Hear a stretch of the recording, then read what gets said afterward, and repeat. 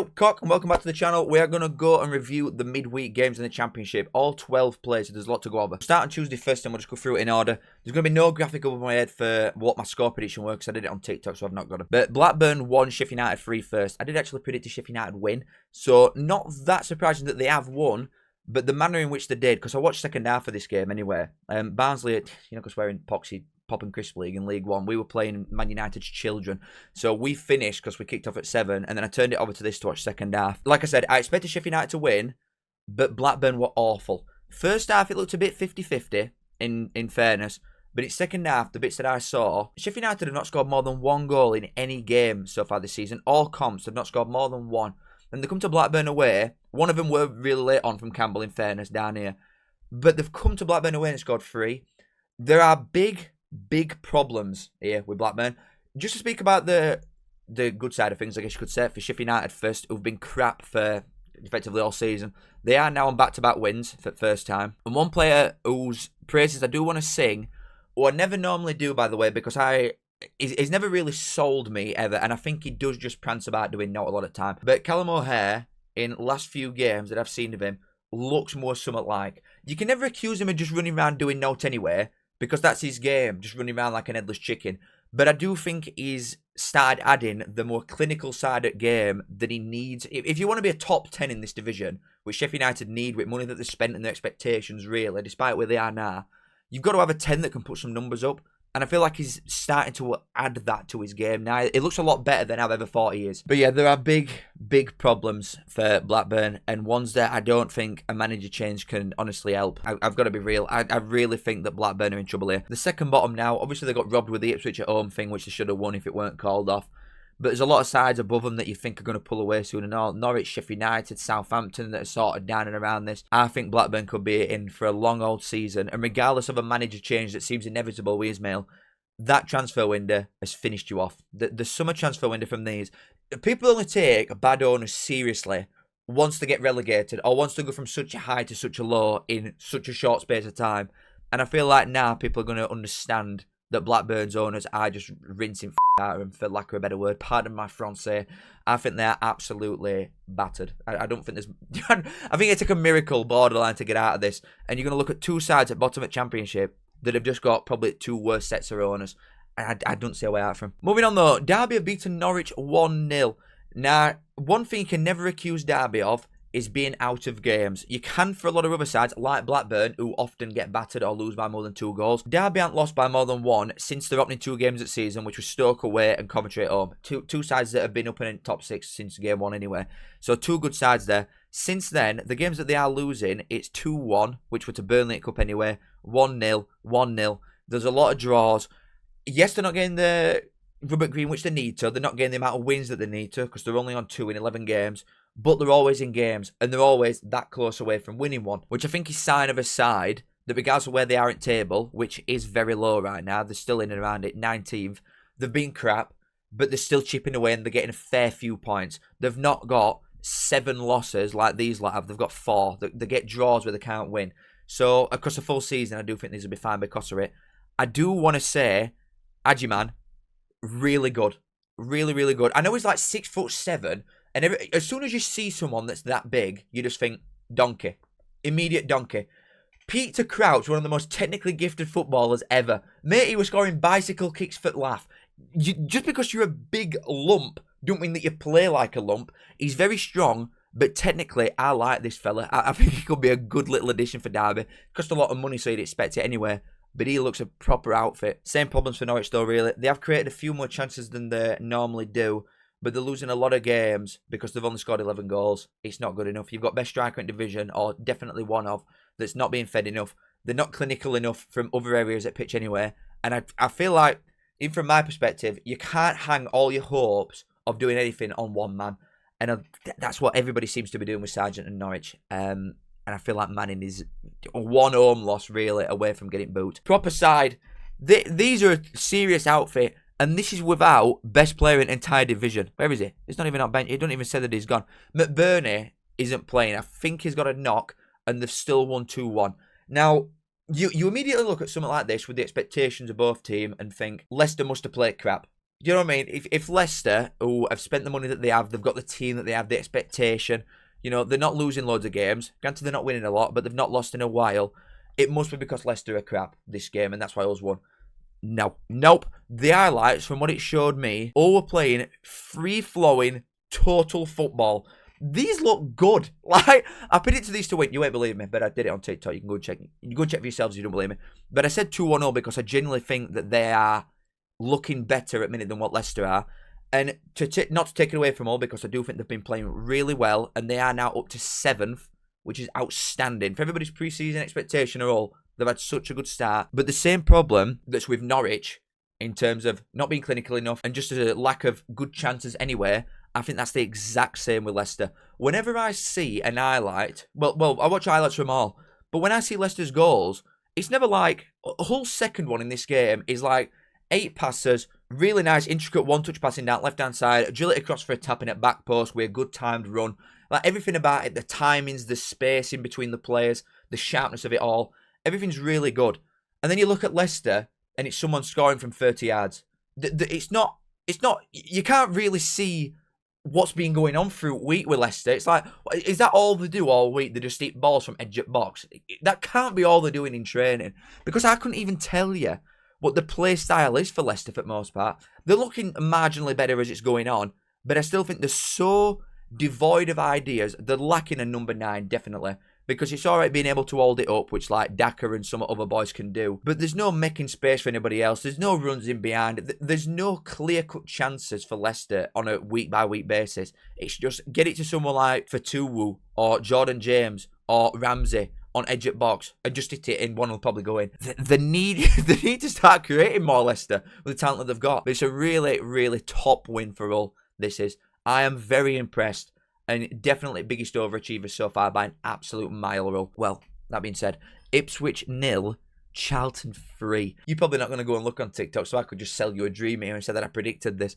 No, I definitely thought Ipswich would win. And in first half, it looked like it were going to go that way anyway. Obviously, highlights show what highlights want you to see, really. Sometimes they can paint a picture that weren't really there. But Ipswich did look like they should have been fairly high and dry. By half-time anyway, they just weren't clinical enough. Again, another consistent problem with a lot of sides that you expect to be higher than what they are. Norwich, Southampton, Ipswich, Leicester. None of them are finding it in final third. None of them are that bad defensively. Granted, when we go and look at it, we'll look at it at end actually. But none of them are that poor defensively. They're just not finding it in final third, and it is a severe lack of proper top number 9s, I think. But also players in and around it just aren't up to it as much. And I do feel like football as a culture is shifting towards defensively being solid and set pieces. A lot of teams up and down pyramid are sort of going for that game now. And if you're not tactically good enough to break open something like Nathan Jones is going to deploy in front of you, which I'm not saying Ipswich are that, because in first half they should have scored a few. They should have won game in first half anyway, Ipswich. But in second half, Charlton, they're making long runs, which is helped by the fact that Ipswich just so many men forward, trying to get a win. So there's spacing behind for Charlton. But a run from edge of his own half, from Carey, scoring from flicks and set pieces and crosses into the box. It's very Charlton, but Ipswich aren't doing enough at minute. It's back-to-back losses. It's not good enough. I don't really know what I would recommend at minute for Ipswich, because the squad's there, the squad depth's there. They're just being done, really. They're just being turned over a bit too easily at minute. Again, I don't want to take it away from Charlton, because in second half, they looked really good. They took the chances when they come. 3 big chances. They took all 3 of them. They are a really good side. Like, defensively, it's so textbook now, and it feels a bit boring to just say it all the time, but this is just what Nathan Jones is. He's so good at the structural side from a defensive point of view. I think Nathan Jones could be a top defensive coach for one of big sides, me. He's obviously a very good manager, but he excels in that area. Wherever he goes, Luton, even at Southampton to an extent, I know we're in Premier League and you've got a tough ass there anyway, but Charlton, every side that he's been at, defensively, has been a priority, and they're so good at that side of game. But when you look at where they are now, Charlton, 5th in division. Really top draw. It's really good stuff. I'm rooting for him, because this is a side that got promoted from League One, and I weren't hiding this at the time. I didn't think they were good enough to get promoted. I thought there were much better sides that didn't get promoted instead of Charlton. But being defensively solid, they literally looked like this last season. Defensively very solid. They didn't score the most goals. I know they scored 3 here. but across the full season, they weren't scoring loads of goals consistently. They were a very good defensive outfit, good on set pieces, very like... It's what you'd expect from an underdog type of thing, but they were performing that last season as well in League One. It don't look like they've made a step up. It doesn't look like Charlton is struggling with the level. It just looks like we're going to deploy exact same system as we did last season, just with better players, because they spent £10 million. So we're going to play the same style with the better players that you've given me, and you're going to get same results. And it is looking that way. Charlton look really top drawer at the minute. Oh, God, yeah. Yes. Millwall 2, Stoke 0. Are you ready? Femi Disease at it again. He's looked good. This Ballo fella. Now, obviously, in case you didn't know, if you're quite new here, one of my best mates is a Millwall fan, so this is why I like him so much. He's been up in town forever, but he's a Millwall boy. And I watched Millwall for full 90 against Watford, and I didn't think anybody stood out. I thought the game was crap, and he was raving about this fella, and he has been all season, that this Ballo is going to be the next big thing. And I'll tell you what, he looks quite good there. This doesn't surprise me at all. I'm going to say it, best centre-back in Championship. I think Kramer's outrageously good. Millwall are just looking... They're looking somewhat like 3 wins in a row now against West Brom, QPR and Stoke. That is 3, I would assume 3 top 10 teams at minute. Yeah, West Brom, QPR, Stoke. Yep, 3 top 10 sides. Sides that Millwall, typically, they've just not got it over teams that are in the same sort of race as them. Do you know what I mean? Millwall always finish 7th to 10th. Like, consistent base, apart from the other year when they brought Joe Edwards in and it was too soon to play that type of football and they ended up bringing Neil Harris in to save them. Millwall have always been in that clan.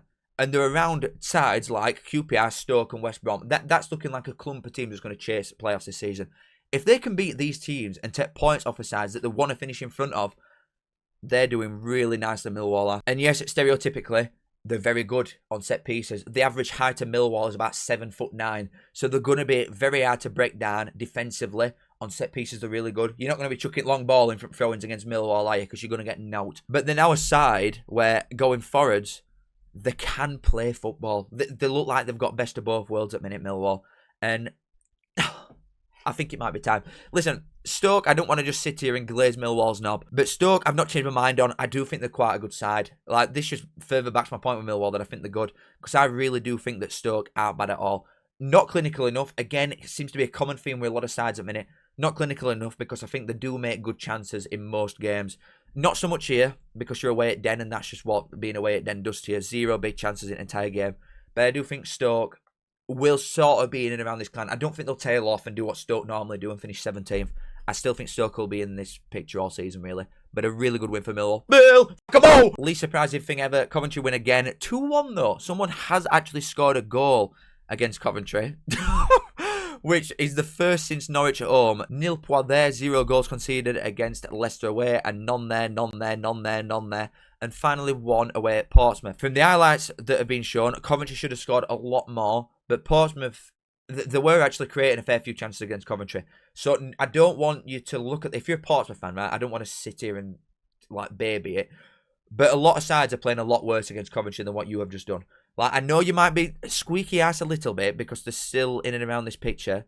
But if you can create the chances that you have done against the best side in the league by an absolute mile, then I think you'll be all right. Portsmouth are looking good at the minute, despite not getting as many wins as they probably think they should. But it's got to be said, Thomas Asante, Ellis Sims, other lads, Torp, some of these boys, Kitchen, who maybe some Coventry fans were thinking, if we need to get promoted, maybe that's someone that we could look at as an area of, maybe we need a better centre-back there.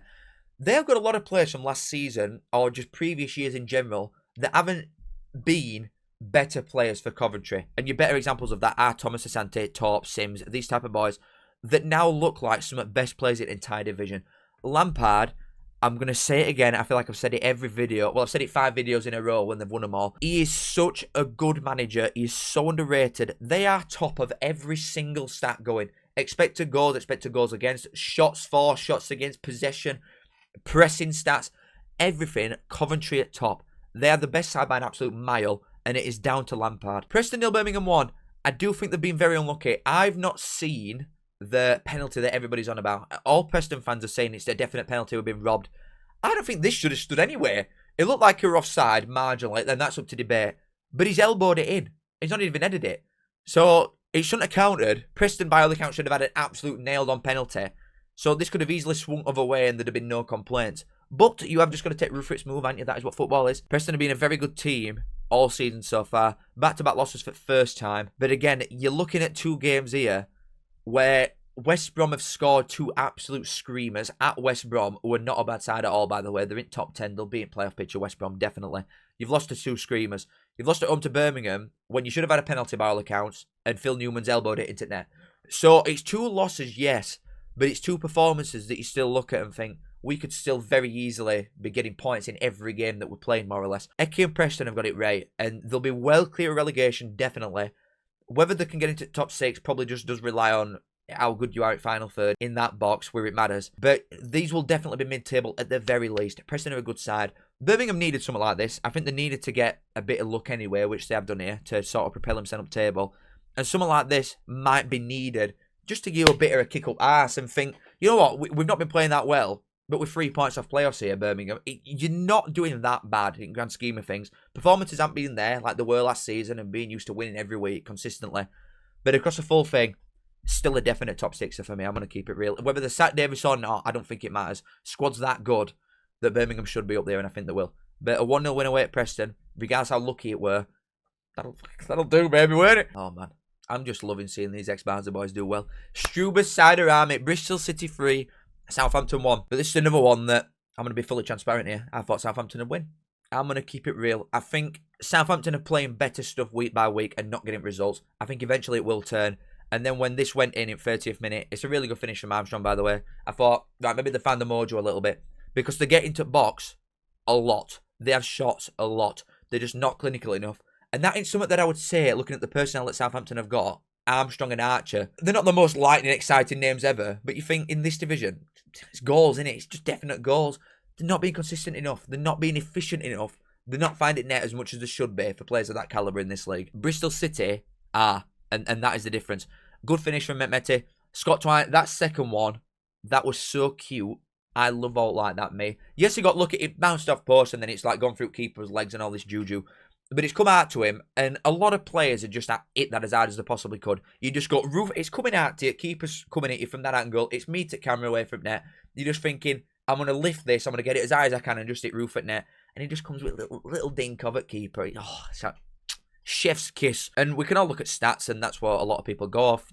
Obviously, I'm going off stats and highlights on majority of things. But this means no if your scorelines consistently look like this. If you are not winning, despite battering teams more or less every week, it's like Bolton in League One. They've been doing this for ages. For ages. And they've just not been winning enough games. And more recently, it's turning. And that's probably a lot of my thinking that Southampton, eventually, you cannot keep doing this and not winning games. But it's been too many now. We're 11 games in League, plus your cup games.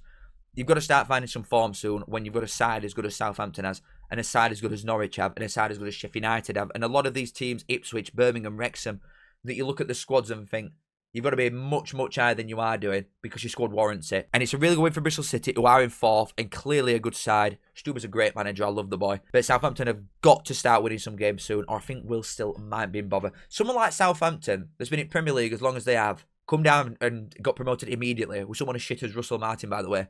They're not going to accept these standards when the absolute minimum for Southampton is probably a playoff final. It's got to change quick. Swansea 0, QPR 1. Like, that's a good finish from Burrell. But the main talking point from this is this red card. When I'm watching footballers and they're diving about and faking injuries and pretending they've been snapped and they're rolling about at home, I just think, imagine your kids watching that. Imagine you go home to your bairn and she's like, Dad, why were you rolling around on the floor pretending you've been hurt? And you've got to look your own kid in the face and say, I'm just a fanny. And I expect that from little tricky wingers. Do you know what I mean? Like some of these boys out wide, you expect it from that because it's like, part of game anyway. You're going to get some fullback come flying in at you so you can sort of buy something. But for a big, no-nonsense, Shrek-looking ass centre-back like Cook to pretend he's been headbutted and then roll around doing it, it's like, you're not embarrassed. Really, that's weird, that. But modern football, QPR saw it out well. They've not been that consistent recently after being really good here. To be fair, they've not lost in a while, apart from the Millwall one. You're looking at a very good run here without a loss. And form table will probably have them quite up for the last 10, I'd imagine. QPR, yeah. So there's clearly something there. They're clearly a good side.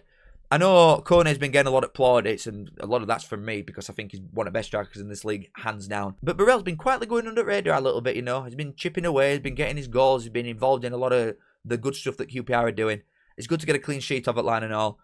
And Swansea are one that, I know that they've not been out with red card here, but consistency has been a problem in the last few weeks, and it can sort of creep up on you when you've got a lot of sides below you, Swansea, that again, you think are going to just be miles higher than what they currently are. When we go to full standings, you've got like Southampton, Sheffield United, Norwich, these type of sides that you think they're going to finish above you defo. So maybe a little bit of a squeaky ass. They need some wins soon, Swansea. Watford 2, West Brom 1. Screamer, first and foremost. But I'm going to talk about this man. Again, I know that this guy was bought for like 8 million quid or whatever it were. I think Watford were in Prem at time, or it might have been season to come down. He's been at Watford a while now. Went out on loan once. Loser is one of the best footballers in this division. Hands down. He is so good, and I've said it for a few weeks in a row, and he just seems to constantly be chipping away and getting a goal and just being best player on pitch, even in games that they lose in Watford. I do truly think if you can just man-mark this guy, Ji-Sung Park the life out of Loser. If you put someone on him against Watford, I think you win game. I think it's that simple. Gracia has come back and done quite well straight away. I know he's got a win and a loss there. But this one away at Sheffield United to do, like, while there's, you know what I mean? There were a lot going on there. So it was tough anyway to go and get some of there, really. But West Brom are no mugs. They're a good side. They're in 10th. They've been in and around picture so far. I know we're only 11 games in, so it's not long. But they've been in and around it. But he's doing well. I just think if you keep Loser quiet, you win. Because they've not got a lot other than Loser. I still quite like this guy. I think he's got something to offer. And he's one that, maybe not this season, but next or one after, he's going to be one of the top wingers in this league, or top forwards. I can just definitely see this guy with like 20-something goal contributions in 1 year. I can 100% see it, because he just looks like that kind of player. When I see some of the stuff that he does on ball and how sharp he is, and it looks like he's got Premier League pace, I would say. He's so quick off like blocks. Yeah, I think he's going to be something good. But as of right now, it looks like the one-man show. It's just keep Loser quiet and you can probably win. But it's a good win for Watford. I wouldn't say it's necessarily a needed win, Watford. Because they've been alright results-wise in the last few weeks, regardless of performances. I don't think being that cracking. But for new manager, it's good. First home game, when you come back and all, I think there's a lot to be said about someone who comes back to a club, especially first home game. To win, you just can't lose with fans, can you? You've just immediately got them all on side like that. So, good win for Watford. I'll tell you what, I would love to know what attendance were. Well, that's capacity. They've never reached that ever. I don't think it tells you. Middlesbrough obviously went 1-0 up, quite early doors. Then, the best player on the pitch was Joe Lumley. Definitely. A backup keeper, again, that's been brought in on an emergency loan. Easily best player on pitch. He made 6 saves that were outstanding. Middlesbrough could have come away from this 5-0 up, and it wouldn't have looked out of place. They should have won by a lot more than they did, and they gave him a bit of a squeaky ass towards end of game by not finishing the dinner earlier. But he should not have been on pitch, because in first half, I think Conway went through, got round him. Lumley has absolutely wiped him out. He's gone shin high, battered him, got nowhere near the ball, cleaned him out when he's through. It's a definite penalty. Whether he gets the ball or not anyway, it's a definite penalty. No foul. It were an absolutely onking decision. But regardless, Conway should have finished his dinner from across the back post straight after, which is missed from 3 yards with nobody even on his back or anything. There's no pressure on him at all. It's a free header from 2 yards, and he's put it up at bar. Defensively, this is quite an experienced back line. Right, I know they've got a lot of changes with keeper and stuff like that, but defensively in the middle of the park, it's quite an experienced team that Wednesday have got. But the defensive side of things, they are absolutely awful. Like, truly horrendous. And that is not a problem for Chansiri. That is not Chansiri's fault that your defence is crap as it is. Yes, they've not got squad depth, and yes, the forward line's absolutely dog shit. They are awful going forward and defensively. In fact, they're awful going forward as well, to be fair. But I think that looks like a stronger position for them going forward, which is that there's no excuse for something like that. Maybe it's down to the coaching side of things as well. But if you can't pick a man up at back post, it's just awful defending, and they look crap from that point of view, Wednesday do. Now, obviously, they're having this boycott, which means absolutely nothing because they sell out every week away from home and give money to Chansiri that way. And they've got Sheffield United at home coming up in a few weeks, which they'll sell out. So it's just an absolute waste of time. But whatever, they're definitely getting relegated. And Middlesbrough chipping away quite nicely. But the difference between second and first currently is that when Coventry come here, they bet them, where were it? 5-0. That should have been scoreline last night. But whatever. Middlesbrough 1-0 against Wednesday. And then one last glimpse at table, because we've looked at it quite a lot throughout the video anyway. Wednesday and Blackburn, bottom 2. I truly think that is 2 of your bottom 3 going down anyway. And then picking another one's very tough. But Oxford aren't doing them any favours at the minute. Because you think Norwich will get away from it soon, regardless of the fact that they're crap. Sheffield United have turned a corner now. They'll be fine. And then a lot of these sides that are down in and around this mix are definitely going to pull away from it soon. But looking at top 7, right? In fact, let's include QPR in this. Let's look at the top 8, 18 points and upward. QPR, Hull, Stoke, Charlton, Bristol City, Millwall, Middlesbrough and Coventry. Not one team there has got a parachute payment, and I absolutely love it. I love it. I will love it if we beat them. Coventry best side by an absolute mile. I don't think they'll get off that position for the rest of the season, to be fair. But there's no other teams that look like they're going to compete that much. Got to be honest, I think Bristol City could have a good year. But it's almost Middlesbrough to lose as well, finishing second. Because some of the sides that we all expect to do better soon, Middlesbrough 10 points in front to a lot of them. I'm just looking at Millwall. Come on, man. Let me go to Old Trafford with Millwall. Please let me do it. But anyway, boys, girls, everything else has been an absolute pleasure. Love you all. Kiss. Make sure you like, subscribe if you do enjoy it. It does help me out a lot. Love you all, and I will see you in a bit. Goodbye. Say I'm a man. Yes, I'm a mucker. I think of me saying as a right good looker. I say up that. Show us bit it.